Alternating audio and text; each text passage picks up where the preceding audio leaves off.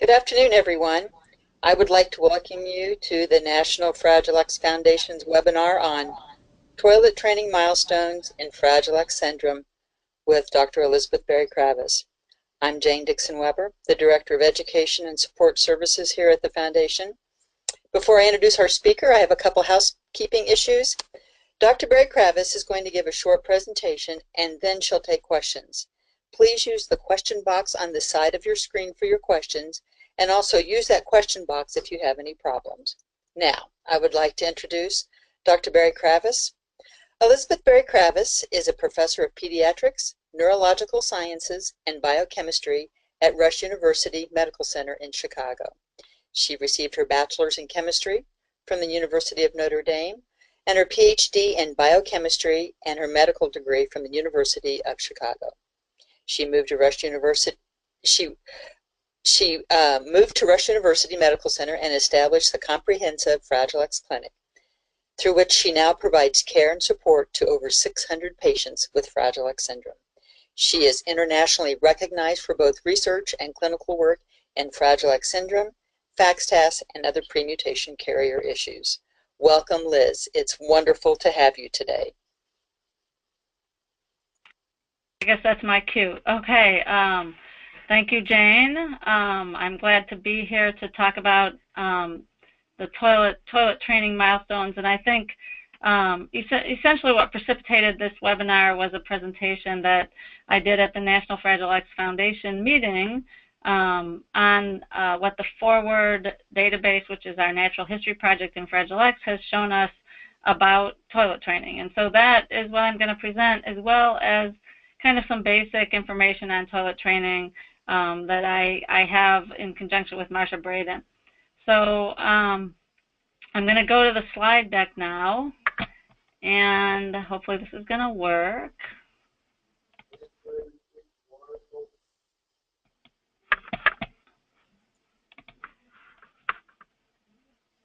Okay, so now we're just looking at the slides, and this is a study that we did with a number of the other investigators in the Fragile X Clinical and Research Consortium on the Forward project, other clinic directors, Karen Riley, Diane McBrien, Ave Lukevich, Vicki Sudhalter, Christina Aguirre-Kolb, and Nicole Tartaglia, and then Howard Andrews is our database manager, and Sharon Kidd is the epidemiologist who was working on the Forward project in the last grant period.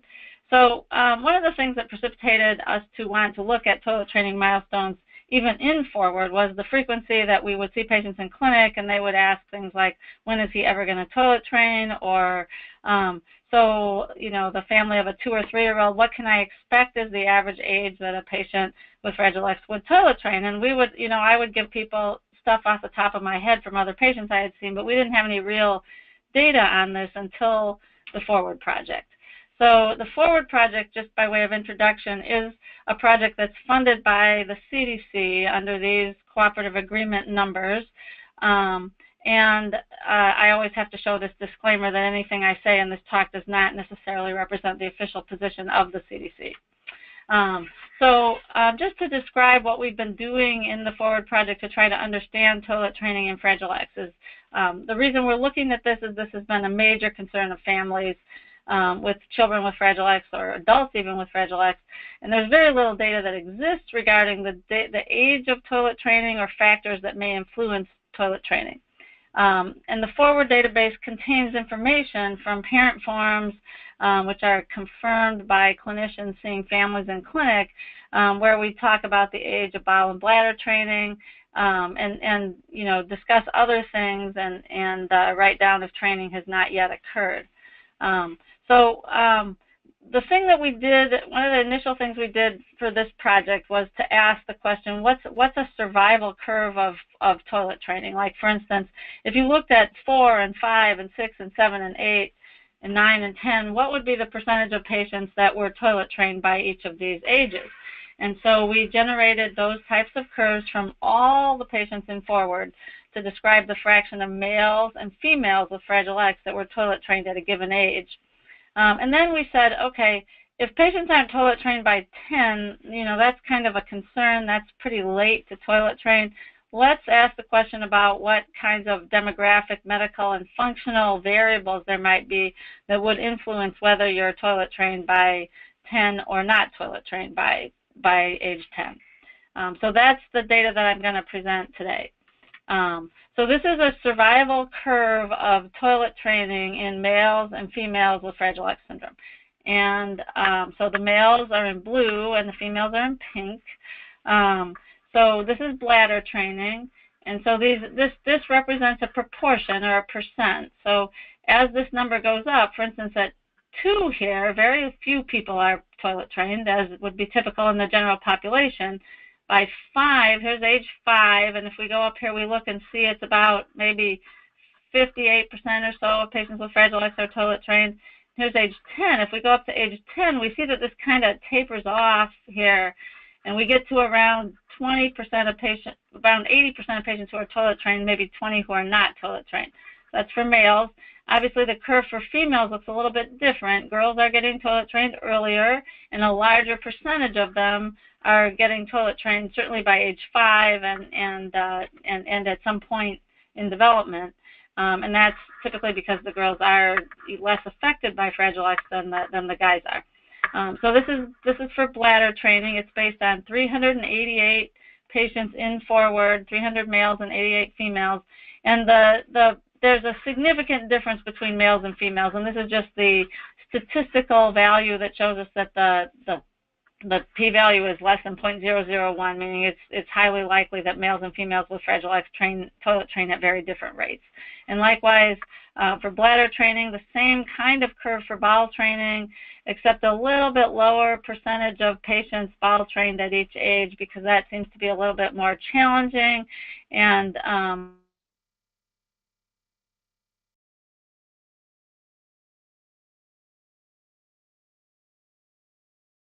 Yes, okay. I can hear you. All right, yeah, I don't know what happened there. Okay, so we can see that the bowel training is a little bit more delayed than the bladder training, and that boys with Fragile X train faster than girls. And so this curve actually tells you, if you wanted to ask the question, my child is age 6, or at age 6, what is the percentage chance that my child will be bowel trained, that you would look here and it would be about 50-50. And so that's data across all of Fragile X. So then we asked, well, what are the factors that distinguish this patient that toilet trains at 3 and the one that isn't toilet trained at 10, and started to look at some of those factors. So first of all, we looked at demographics, and this is a really busy slide, but in the end, there aren't very many take-home points. The take-home point here is that you're way more likely to be, put that away. You're way more likely to be toilet trained by 10, both for bowel and bladder, if you are a female than if you are a male. But we have no evidence to suggest that that ethnicity or race play a role in this. But the truth is that a lot of forward is Caucasian, so it's not clear that we have enough patients enough minority patients to make conclusions like that. And then this is just the distribution of the age of the patients over 10 that we looked at when we were determining, obviously, to compare patients who are trained by 10 or trained over 10 or not trained by 10. We have to have patients who've reached the age of 10. So this is just the distribution of ages. And so we really had patients all the way up into adulthood. Okay, so now these are some of the relationships that we looked at to try to determine what kinds of medical things might be related to bowel and bladder training. And we thought there might be things like constipation or loose stools, or if people had allergies, there might be some effect on what age patients train. And in fact, we don't really see much effect of any of those kinds of medical things. The one thing we saw that was related is that if a patient has active seizures, if a patient had active seizures at whatever time their data was entered into forward, so really as an older person over 10, there was a relationship to lack of training by age 10. So whether that's just an indicator of patients that have more medical or behavioral problems is hard to know. If a person was on seizure medication, which means they have severe enough seizures that they have to be on medication, that was also associated with not toilet training by age 10. That doesn't mean the seizures cause the inability to toilet train. It just means that this is an indicator of medical complexity that may be associated with taking longer to toilet train. Then we looked at behavioral relationships. And so we thought hyperarousal might be problematic because the patient couldn't sit on the toilet for long enough to really go to the bathroom. We found out that that really had it didn't matter whether the patient had a high level of hyperarousal or not. That didn't really have an effect on whether they were toilet trained by age 10 or not. We did find some relationships with medication. Interestingly, if you were on an SSRI like Zoloft or Lexapro, there was less chance that those patients would be not trained by 10, meaning that the patients who are on these anxiety drugs were more likely to be toilet trained by age 10, whereas if you were on an alpha agonist like clonidine or guanfacine or antipsychotics like Abilify or Risperdal, there was a higher chance that you would not be toilet trained by age 10. And these relationships were true for both bladder and bowel training. And so it's a little bit hard to, it's probable that the drugs aren't having a direct effect on toilet training, although it is possible that SSRIs being anti-anxiety medications make it easier for kids to toilet train. But I don't think we can conclude that necessarily. These are associations, and it might be that patients who are on things like antipsychotics and alpha agonists just have more kind of severe behaviors and autistic traits and so forth, and so that's why they're not getting trained, whereas the patients who are on SSRIs may have milder behavioral problems. And so in fact that may be what's influencing this, and we have some data to support that. So we also looked at the severity of different functional areas and that's relationship to toilet training. And it looks like, and these things are pretty obvious.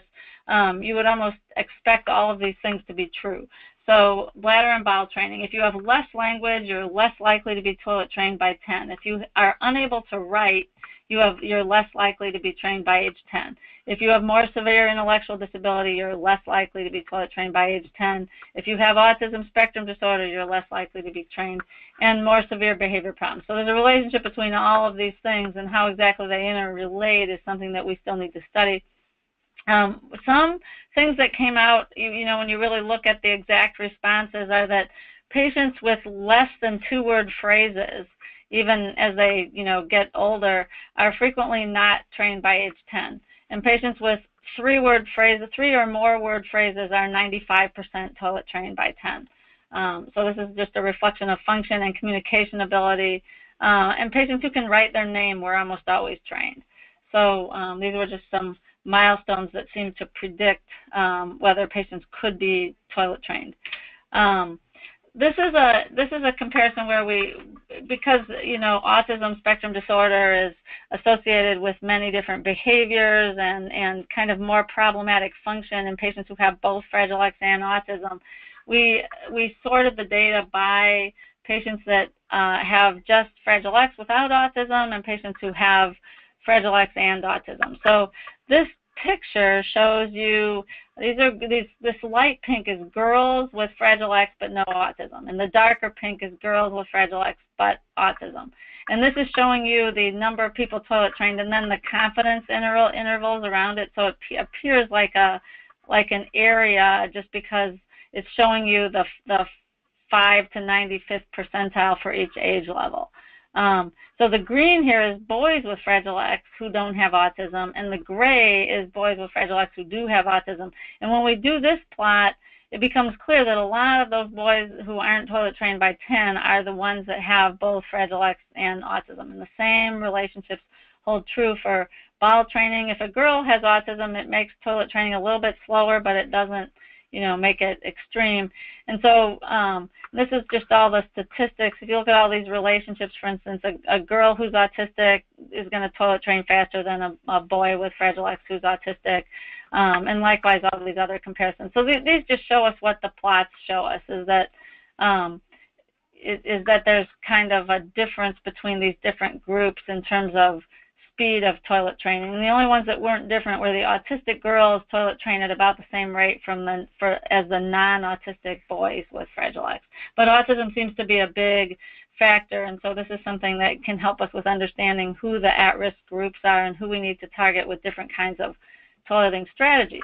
So this is what the forward data is telling us so far, and we're doing more analyses, but what we can say is that there are large delays in toilet training, especially in males with Fragile X, and over 20% of the males are actually not trained at age 10.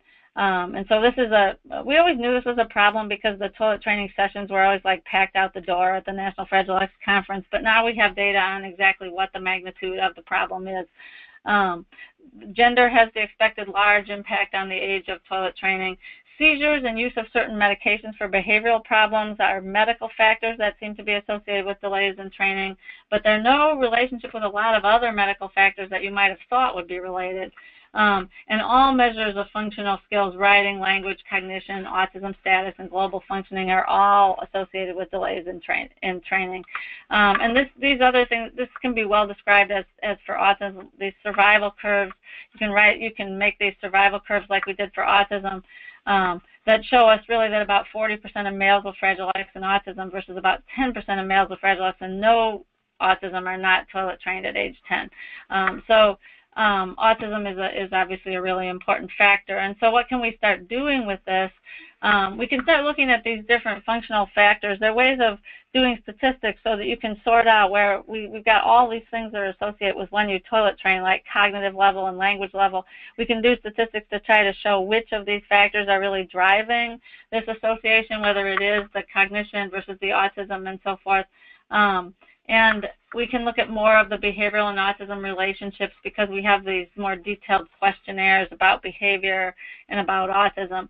And then hopefully the hope will be to use this data to really sort out who's having trouble and what the trouble is associated with, and then to be able to design better therapies and strategies that kind of attack the associated problems maybe that are getting in the way of toilet training so that we can get training done at earlier ages to kind of avoid these severe delays. Okay, so that's what I'm going to present from the Forward project. That's what we know from the Forward project. And now I know people are interested in strategies.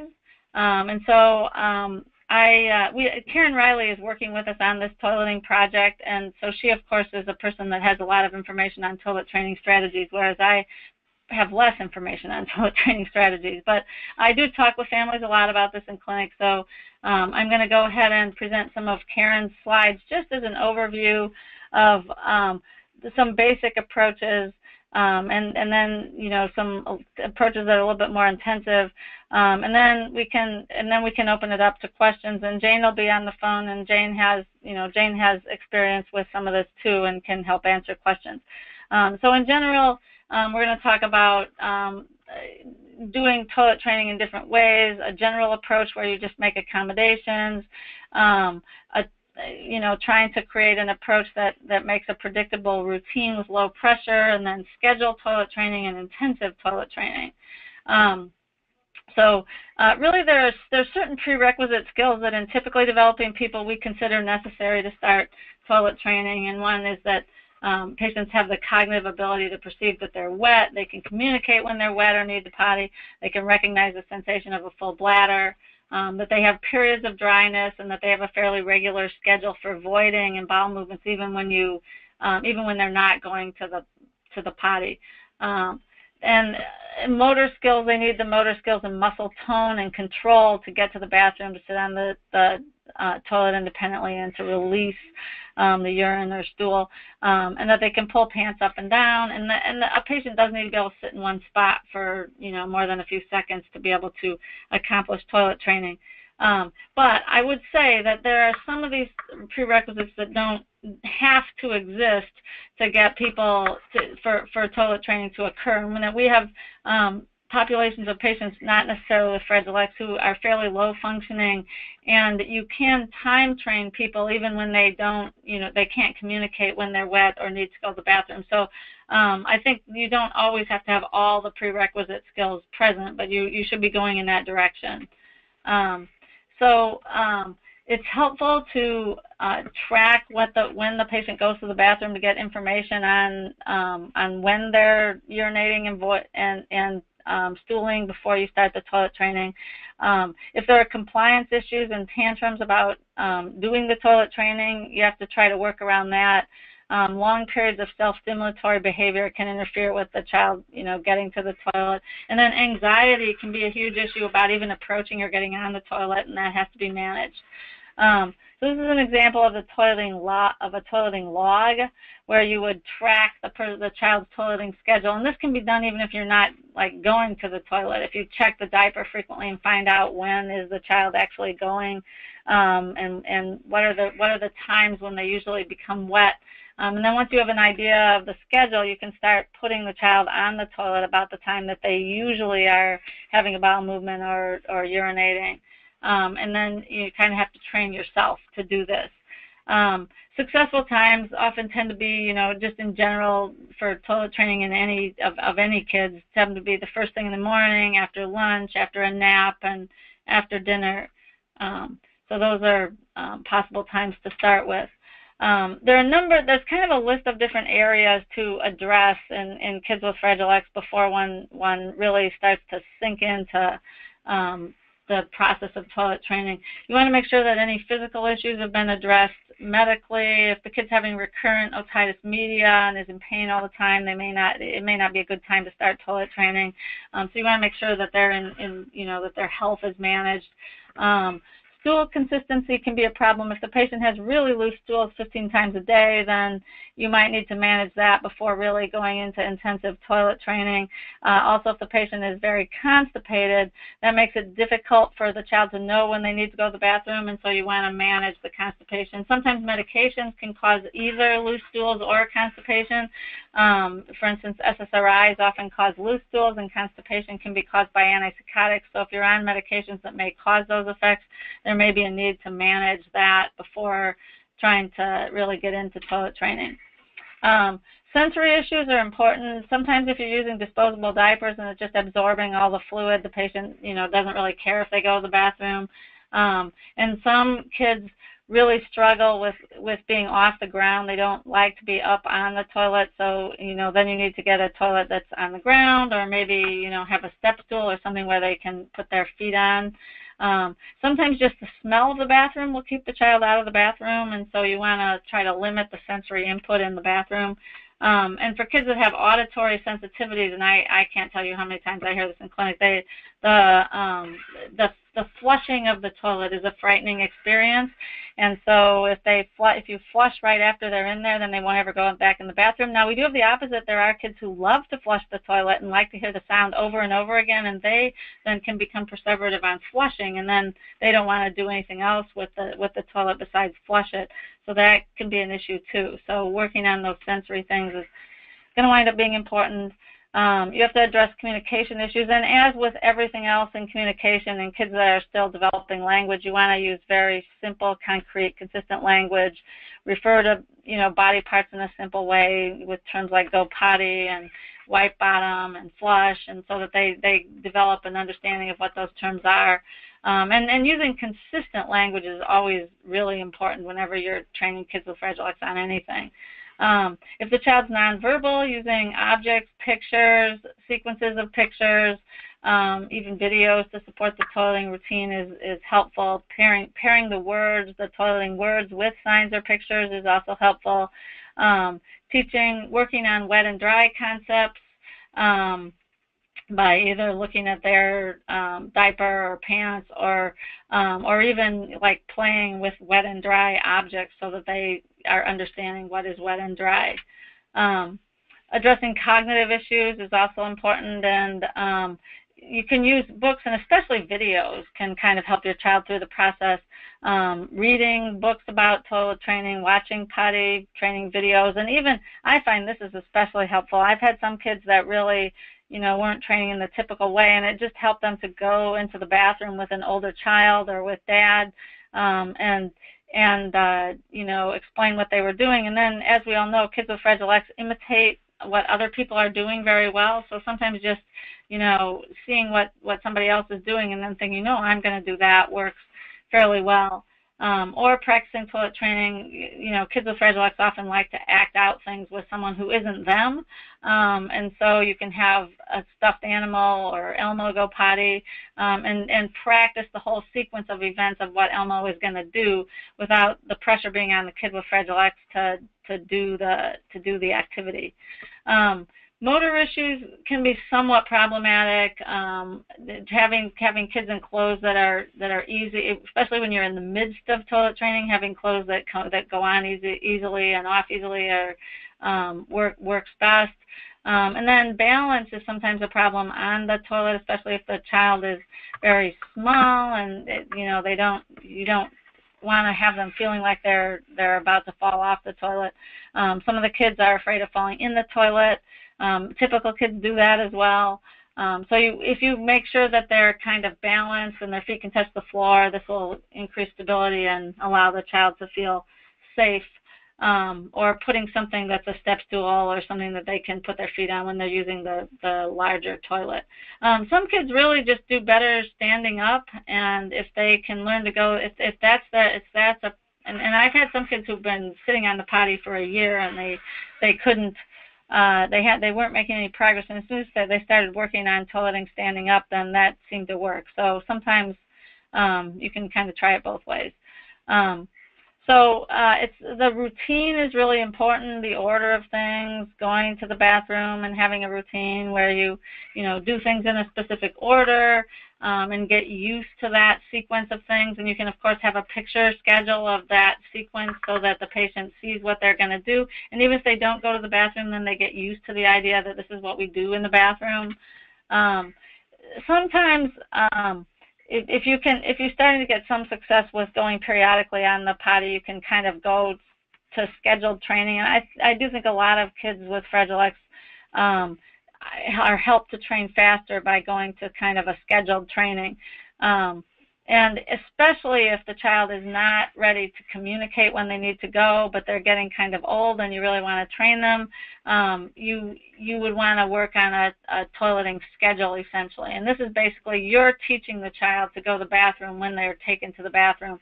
And so initially, most toileting schedules are sort of somewhere between every 1 and 2 hours. 90 minutes is good.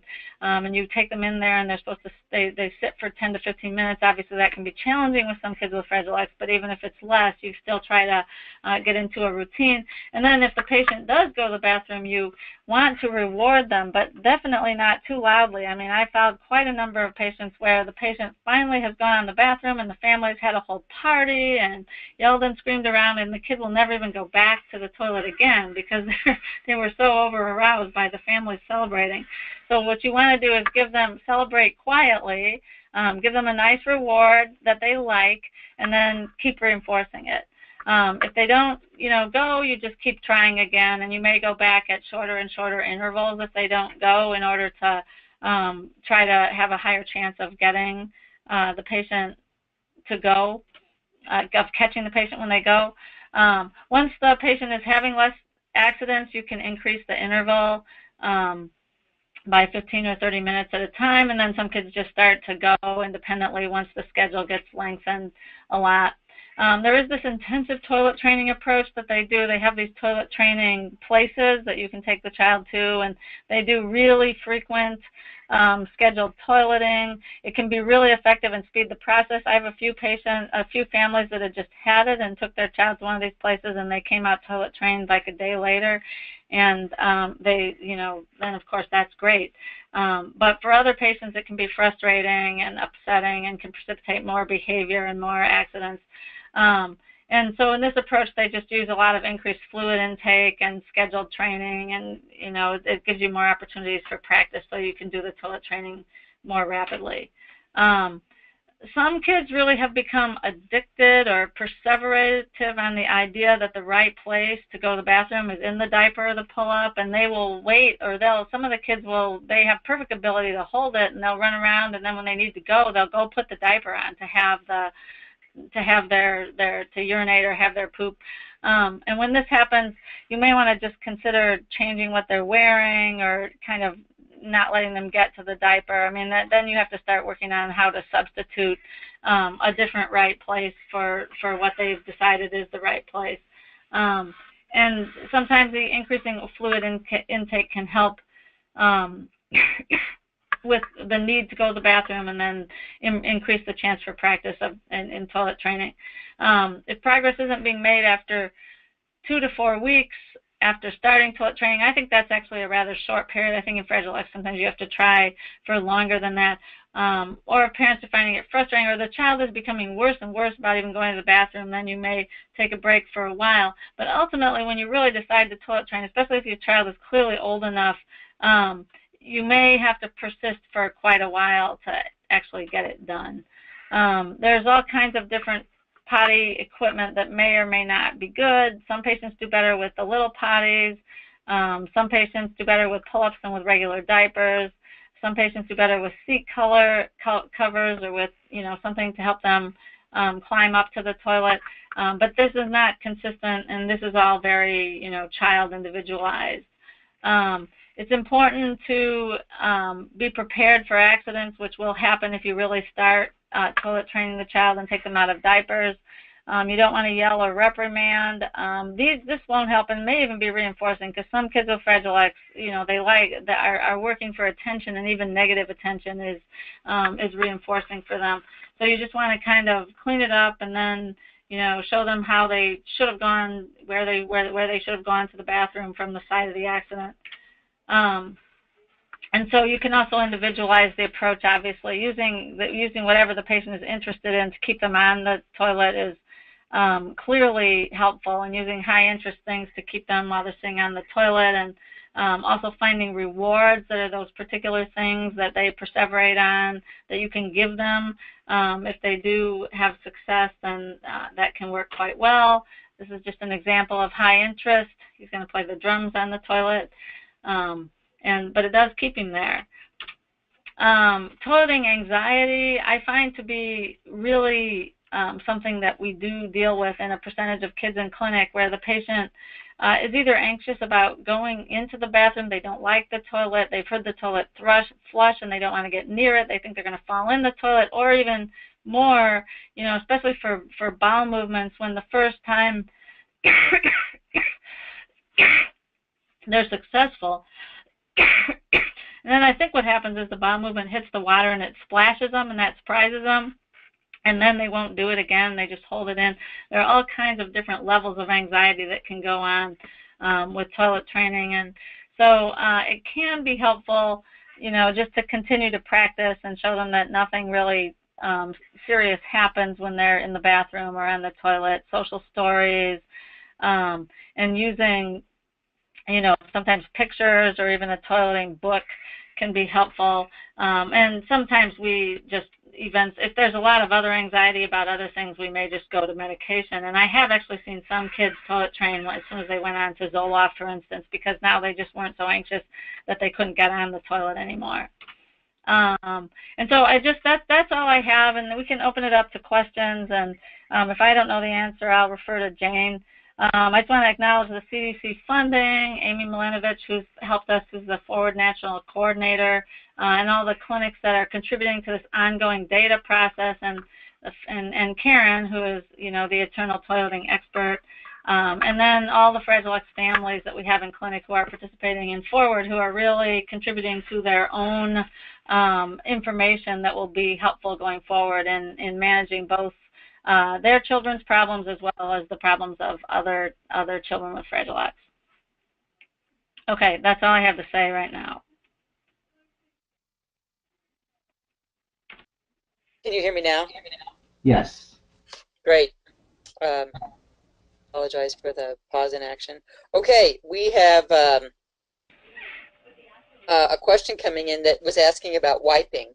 And so if you could just add a little more information, is it with the actual motion itself, wiping the actual motion, or wiping until you're clean? Um,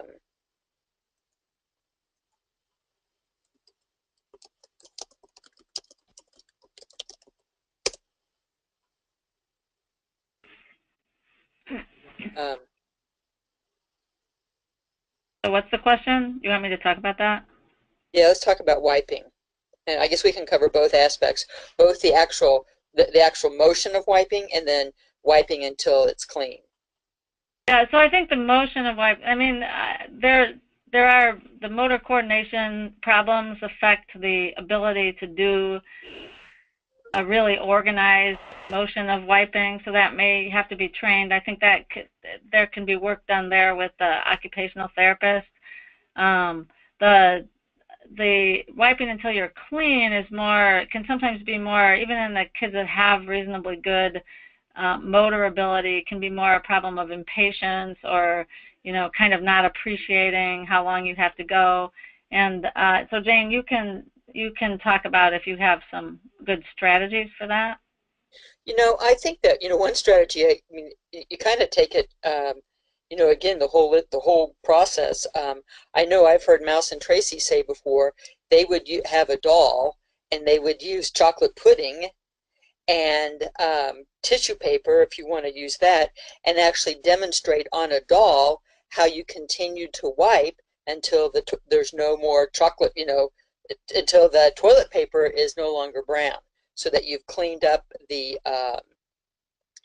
doll. So you wipe until the toilet paper's clean, um, taking that to I mean, you can also, if you need to, stay with your child, and, if he or she will let you, and also demonstrate it when they're wiping, that they continue to wipe until, that the toilet paper is no longer brown, and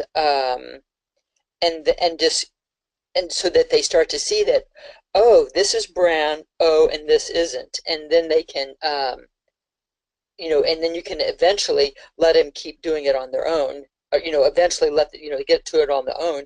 I mean, even now sometimes, we'll say, were you able to get all cleaned up? And so now my son understands those terms, and it's yes. Every now and then, if there's, I think depending on what he has to eat, if there's an incident, he might say, Mom, I need a little bit of help, but I continually reinforce that you keep wiping until you're clean. We actually put we keep a trash, a plastic bag in our trash basket. We always have plenty of toilet paper, and we even have found some of the wipes that are for sensitive skin. We keep those around, and we basically just say, use whatever you need to, but you just wipe until you're clean. And sometimes it takes longer and takes more, but then it's like, wow, you did it. Again, you praise, but not too much. So I hope that helps. Let us know if you can need some more ideas there. Um, okay, Liz, my 9-year-old son is completely toilet trained.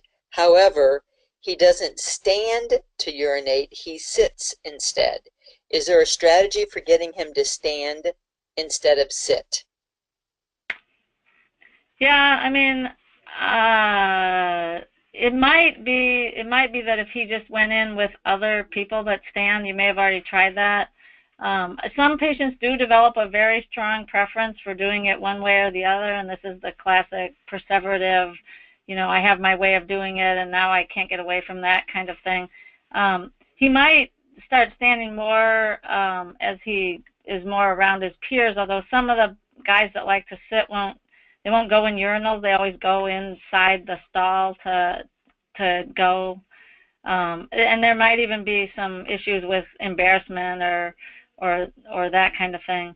I think that is something where mostly it may resolve with kind of just being around his peers and imitation, or just showing him, you know, kind of videos of boys can go either way. I feel like if there's a lot of pressure to do it one way or another, it might not. That might create more of a problem. But I think that also depends a little bit on the individual child. Well, and I would agree. I think that, you know, once he sees, we know what dad does, or like you said, or his peers, I think he'll go more um, towards standing. But you know, it's not, you know, I know even when my son started going into men's bathrooms on his own, I actually encouraged him to initially go in the stall and use it, and let, you know, unless you know, he was with my husband or another male adult that I knew, you know, I actually wanted him in the stall, if he was in there by himself. But it's, I think it will resolve over time too. I mean, I don't know if there's an issue for it, but an issue right now. Um, but yeah, that would be. I think it will. So he's 9 years old. I think it will happen. Okay, we have another wiping question, and it says that my son has hyperextendable joints on Mm-hmm. every finger, so it's hard for him to push hard enough to clean. Or do you have any suggestions for that?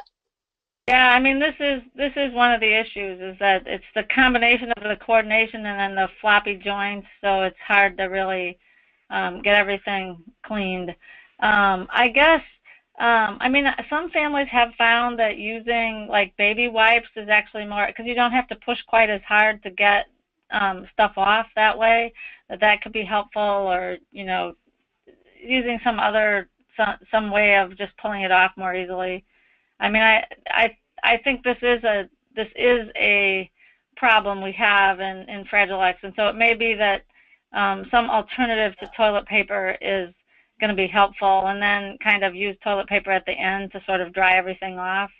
And you may be able to train him to do a strategy like that, or I mean, I do have patients who clog the toilet by using a lot of toilet paper, but if you use a bigger wad of it, it may be easier to get the pressure needed with the hyperflexible joints.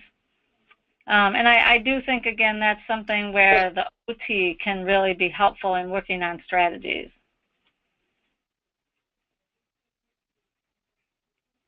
And I would agree. That was kind of the, you know, some of the things that we mentioned earlier about wiping, is that, yeah, using wet wipes, and I can let you know what kind. We found some that for sensitive skin that are, you know, that don't bother you, and we keep a trash bag in the toilet so that we encourage him. I mean, you either have to teach that you throw so much toilet paper in and then flush, Yeah. or you alternatively, you know, you use the trash. And while that's probably not the most, you know, I guess you could look at environmental, it's, you know, it's that or the clogging toilet. And so it's you have to find what works best for you and your family. um, okay, I hope that helps. But yeah, using something wet, and like you said, just then using dry paper, dry toilet paper at the end. Okay, my son is 9.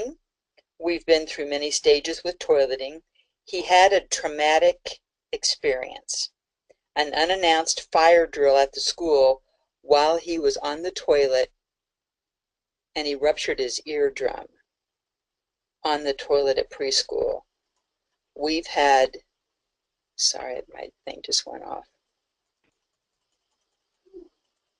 We've had trouble with toileting and fire alarms since then. After a lot of work, he's now peeing and pooping in the toilet, but still having accidents. He's wearing underwear under pull-ups and underwear only at home. 2 questions.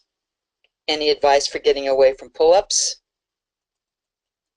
Any advice for handling transitions when on a toileting schedule?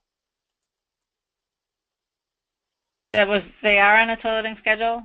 Yes, they're on a toileting schedule. Compliance when asked to move from a preferred activity to the toilet and back to the preferred activity. So they're on a schedule, but they want him, like if he's in the middle of something, to go to the toilet and then come back to the activity. Right. Yeah, I mean, I think they probably need to work out some kind of a transitioning routine. I mean, it is interruptive to do those kinds of schedules, especially at school. But I think if they could create something positive about the toilet, he's had some negative experiences associated with toileting, and we do see that. I mean, he's probably pairing some of this negative experience. So making there be some positive stimuli that occur in association with going to the toilet to kind of help him transition, or to have a transitional object, or to the typical things that we use for other transitions, like he's going there to, you know, help somebody else, or just that there's work to be done, or, you know, something, whatever, you know, kind of floats his boat in terms of wanting to go somewhere to do something, or, you know, to have his favorite aide go, or, I mean, it's all the same kinds of things that you would use for other transitions that are undesired. And then essentially, I think maybe it would work to have some kind of positive stimulus that he has that's related to toileting, that kind of pull him away from this previous you know, association that he has. Or even maybe if I don't know if he still is kind of perseverating on the loud noise associated with the toilet, even like wear headphones on the toilet or something, so he feels like he's not going to have that experience happen again. Oh, yes, with the alarm. That's a good one. But yeah, that's a tricky one. I mean, it's almost like if they're going away from a preferred activity to get their schedule on toileting, you almost have to have a higher preferred activity to get him to go back. So that, oh, when you go to the bathroom, then this is what you do when you get done. Yes, a short preferred activity so that he can go back to the previous activity. Right. So then the other part of a question was getting him away from the pull-ups. Oh, from the pull-ups. Yeah, I think at some point, I mean, there's two ways of approaching that, which is to, you know, try to do it in association with increasing, you know, success on the toilet, or just trying to taking it away and hoping that he is unhappy enough about getting wet that he can lose the pull-up. So those are, and it might be that there's some time, you know, in the summer when that you can just lose the pull-up and try to get by without it with a lot of scheduled toileting, and that eventually he'll be able to come out of that period without needing it. Well, and that's, I mean, if he's just wearing the pull-ups at school, I think if you keep doing what you're doing, where just underwear only at home, and then he will eventually say, like, you know, no more pull-ups, Mom. I think that will happen. It just maybe take a little bit more time. Okay. I've seen some videos about losing the pull-ups, and, you know, sometimes you can even create a particular time when now I'm old enough that I'm not going to need this anymore, and, you know, get the child perseverating on something like that. I like that one too. Okay. We have a young man, age 6, who's been stuck in the same place in potty training for about 3 years. He shows all signs of readiness, is about 90% poop trained, and maybe 60 to 70% bladder trained. I feel like I'm failing him. How do I get over the hump? Do I just need to take pull-ups away entirely? It upsets him to have an accident. And more recently, it upsets him if he goes in his pull-up. Okay, I mean, it sounds like he really is ready, since he doesn't, I mean, he's a step further than the patients that like to go in their pull-up. So that's good. He recognizes it he's recognizing it as a noxious stimulus. So I think in this case, the question is, if he doesn't want to go in his pull-up, why is he still going in his pull-up? Because it seems like he kind of understands what he has to do. And that could be that he just doesn't pay attention, so he gets really distracted and then doesn't really go when he needs to go. If that's the case, then, you know, more scheduling surrounding his toileting should be helpful. Or it could be that he just doesn't perceive well when he needs to go and doesn't pay attention to it. Again, more scheduling could be helpful. I mean, it sounds like he's really pretty much there.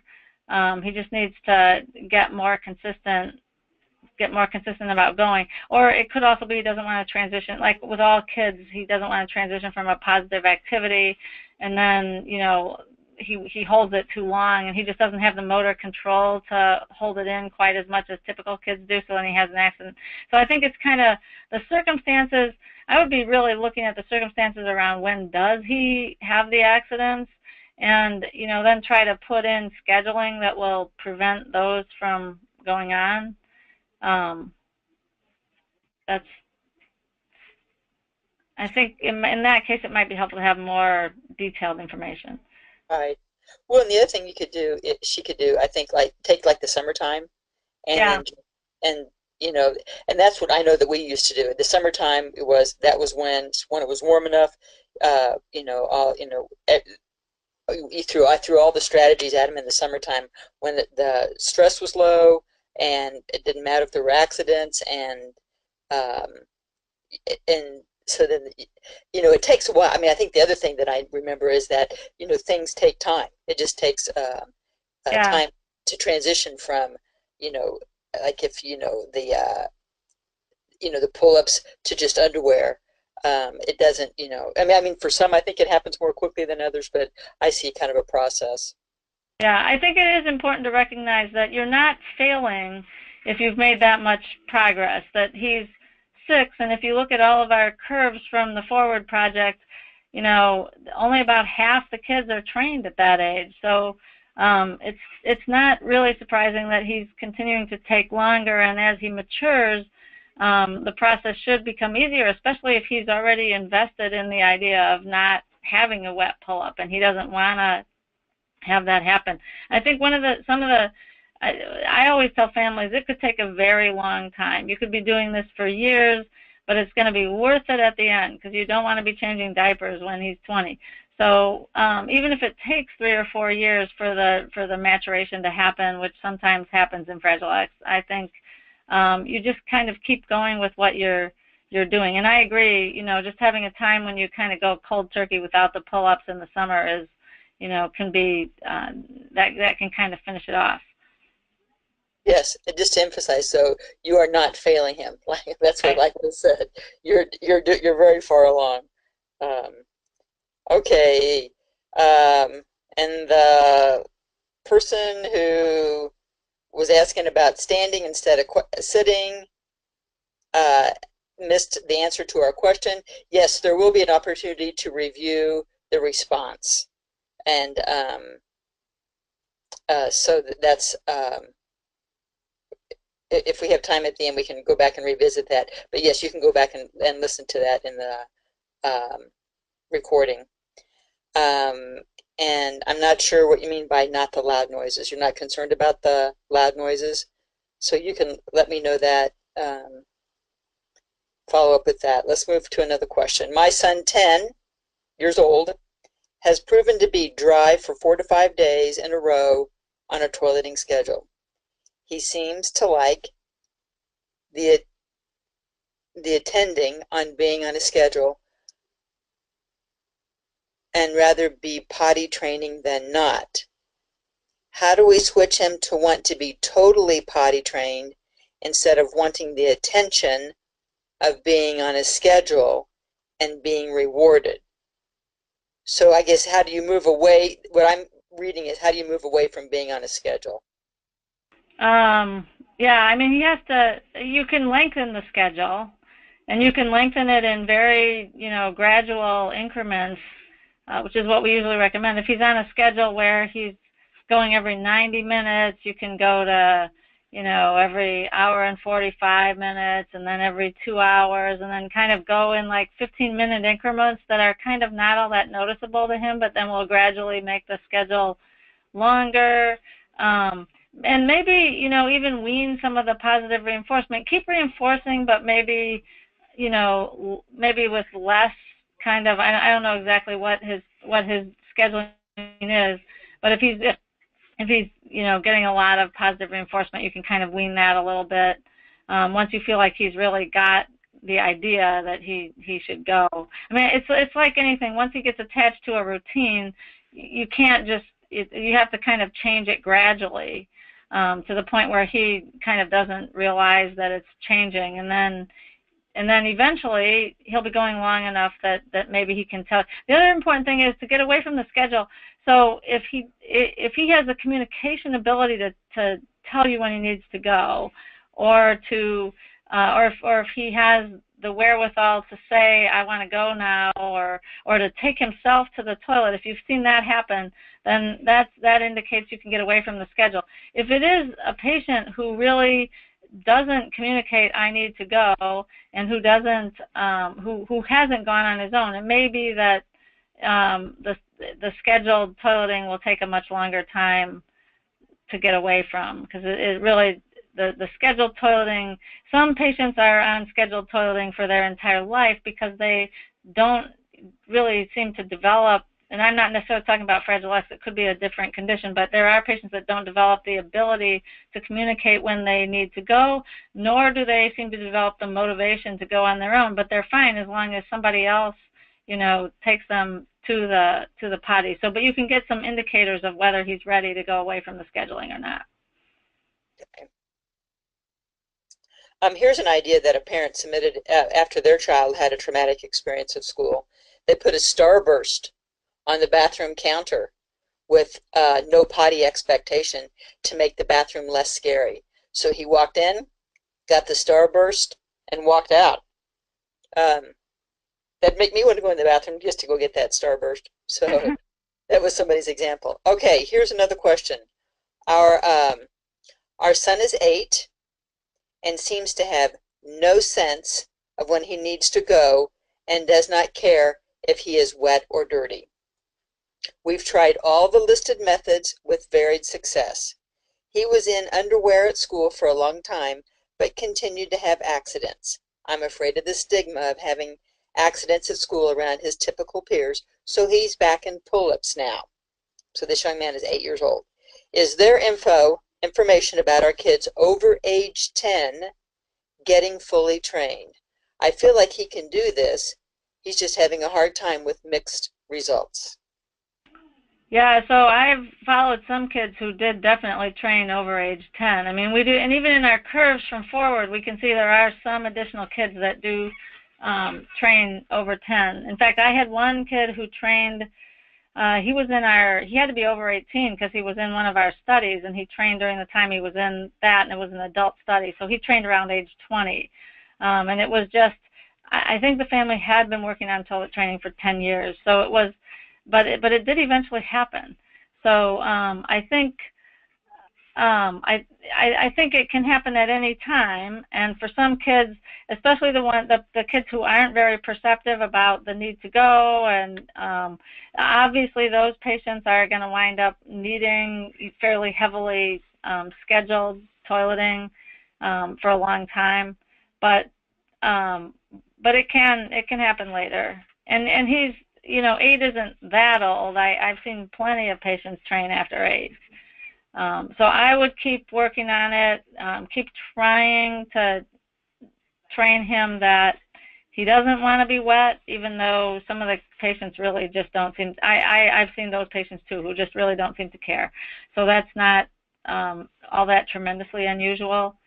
And I think, again, maybe being wet is not a noxious stimulus for them. There's one patient who did really well, actually, he got one of those devices, and this definitely does not work for everybody, but he got one of those devices where it has a little tube that goes into the pull-up, and instead of just feeling wet, it makes a loud noise, and the patient didn't like the noxious stimulus at all. So every time he made his pull-up wet, it made this loud noise, or underwear wet, it made the loud noise, and then he learned that he didn't want to do that anymore, and trained from that. So sometimes they sell those devices. Sometimes that can be, just using a different noxious stimulus instead of, if being wet isn't really noxious to the patient, putting something different in, or either that or having something that's that they're working for that's positive after being on the toilet and going on their scheduled thing that just gets them away. So even if going in the pull-up isn't a negative stimulus,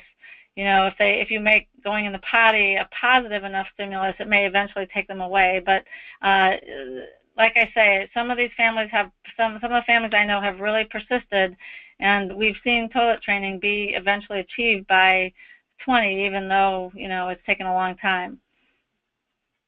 Yes, I would agree that it does. Sometimes it does take a long time, but you just have to be persistent. And you might think it's never going to happen, but you will have success. It just takes time. I think and maybe I've put it out of my mind. I think my son was trained around 9 or 10 for urinating, but he was probably closer to 12 before he actually pooped in the toilet. And I could, if you're interested in that, I could send you an article on that. He was the one who would ask for a diaper or a pull-up to put on, and then he would poop in his diaper, and then he would be all done. And so I talk about the process I went through to wean him off that, to wean him out of that diaper to go poop. But it took about 3 or 4 months to do that because then he knew he needed to go. But he wanted to go in a diaper because he just wasn't ready to go on the toilet. And so I can tell you that my experience of that, I do have an article. I actually ended up writing an article about that. We're past the top of the hour. There's one question are there any books or resources or videos available for parents with specific strategies for training boys with Fragile X syndrome? They're on our website. We have a whole section on toileting on our website. But if you have any questions or are unable to find information, send me an email and I'll be sure to help you find that. It's jane@fragilex.org. Yeah, and I would add that if you have a really, really complicated case and have tried absolutely everything, Karen Riley is the person to call. She may have ideas that you haven't thought of. So we have to. So I don't know, Liz, do you have time for one more question? Sure. Okay. There is, my son is basically lethargic at night, so night training has been elusive. We tried waking him 3 times a night to go to the bathroom, but he was so heavy I couldn't lift him anymore. So I stopped after a year when he communicated, "Mom, I was sleeping, and a potty alarm is out of the question." So ideas for nighttime, yes. Sounds like he's totally trained during the day, but still having urinary accidents at night. And so to some extent, that's linked to brain maturation, and there's some kids that just, seem not to develop that well.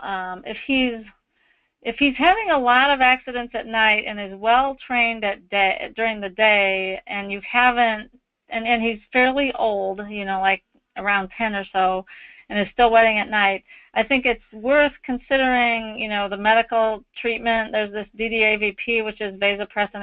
It's a hormone you're supposed to make at night in your brain.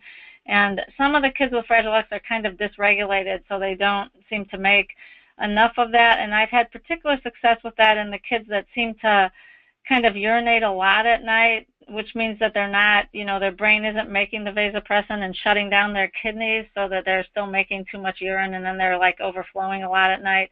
But even if you don't see that as an obvious pattern, I have had good success with DDAVP in a subgroup of kids that, really are well trained, except for they just can't seem to fix the nighttime problem, which is what we do with typical kids also.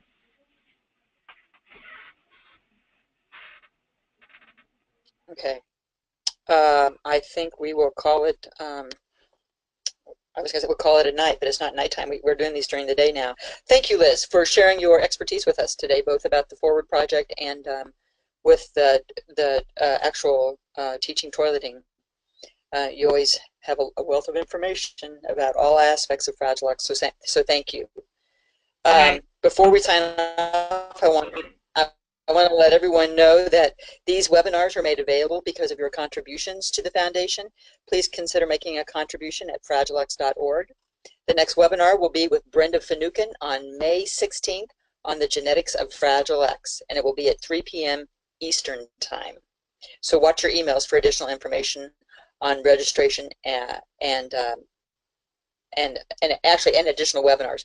David and I are scheduling them on a monthly basis for the rest of the year. As a registrant for this webinar, you will receive a recording of this email within the next day or so. It will also be on YouTube within the week.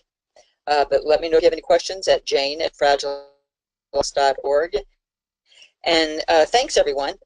Liz, do you have anything else that you'd like to add? Nope. Thank you, everyone.